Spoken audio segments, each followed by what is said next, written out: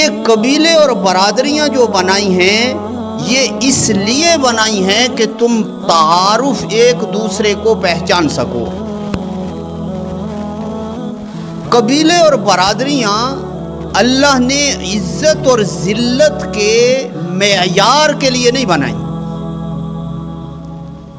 اس لیے یہ بات نہیں کہی کہ تم نے قبیلے اور برادریاں کیوں بنائی، فرمایا ہم نے بنائی ہیں۔ لیکن غلطی انسان کہاں جا کر کرتا ہے کہ وہ قبیلے اور برادری کو جب عزت اور ذلت کا معیار بنا لیتا ہے تو پھر یہ معاشرہ خراب ہوتا ہے۔ اس لیے آگے فرمایا لِتَعَارَفُوا، ہم نے قبائل برادریاں اس لیے بنائی کہ تم پہچان سکو۔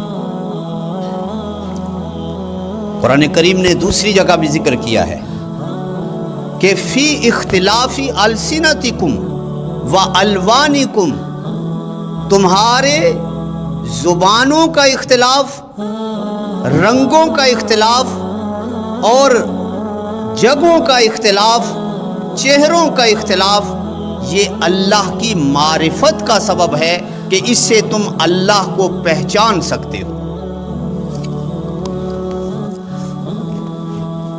اب یہاں اگلی بات کہ بھئی جب اللہ کو معلوم تھا کہ ہم نے قبیلے اور برادریوں میں انسانوں کو تقسیم کر دیا تو پھر انسان ظاہر ہے اپنے قبیلے کی طرف اس کے جذبات جاتے ہیں، اپنی برادری کی طرف اس کے جذبات جاتے ہیں، تو اللہ رب العزت نے آگے اس کا جواب دے دیا کہ بھئی قبیلے اور برادریاں تعارف کے لیے بنائی گئی ہیں۔ اب تعارف کیا کرنا ہے؟ دیکھو، ایک تعارف تو یہ کہ ایک ہی نام کے کئی افراد ہوں گے، ان کو کیسے پہچانا جائے گا؟ برادری کے ذریعے سے۔ یہ قریب کا رشتہ دار ہے، یہ دور کا رشتہ دار ہے، اب اس کو پہچانا جائے گا برادری کے ذریعے سے کہ بھئی یہ قریبی ہے، اس کا حق کتنا ہے، یہ دور کا ہے، اس کا میں نے حق کتنا ادا کرنا ہے۔ تعارف کے لیے بنائی۔ دیکھو، وراثت قریب والے کو ملتی ہے، جو دور والا ہے وہ محروم رہتا ہے، اس کو وراثت نہیں ملتی۔ بعض دفعہ ایسے ہوتا ہے بیٹا موجود ہے تو پوتے کو وراثت نہیں ملتی۔ اب یہ تعارف نہیں ہوگا، پہچان نہیں ہوگی تو وراثت کی تقسیم صحیح نہیں ہو سکے گی۔ اس لیے اللہ رب العزت نے قبائل اور برادریوں کے اندر لوگوں کو تقسیم کر دیا۔ اگر برادری اور قبائل کا تعارف نہیں ہوگا تو انسان اپنی نسبت غیر کی طرف کر دے گا، تو جو بہت بڑا گناہ ہوگا کہ بھئی اپنی باپ کو چھوڑ کر غیر دوسرے باپ کی طرف نسبت کر دینا، یہ شریعت نے اس کو ناجائز قرار دیا۔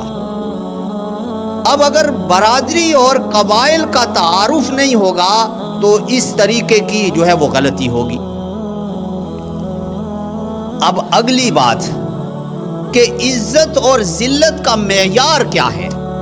قبائل عزت اور ذلت کا معیار نہیں ہے، یہ تعارف کے لیے ہے، حقوق ادا کرنے کے لیے ہے۔ اب عزت اور ذلت کا معیار کیا ہے؟ قرآن کریم نے اگلے ہی لفظ میں اس کا جواب دے دیا، ان اکرمکم عند اللہ اتقاکم، کہ عزت اور ذلت کا معیار اللہ کے ہاں تقویٰ ہے، گناہوں سے بچنا ہے۔ جو بندہ جتنا گناہوں سے بچتا ہے اتنا ہی اللہ کے ہاں وہ معزز اور مکرم ہوتا ہے۔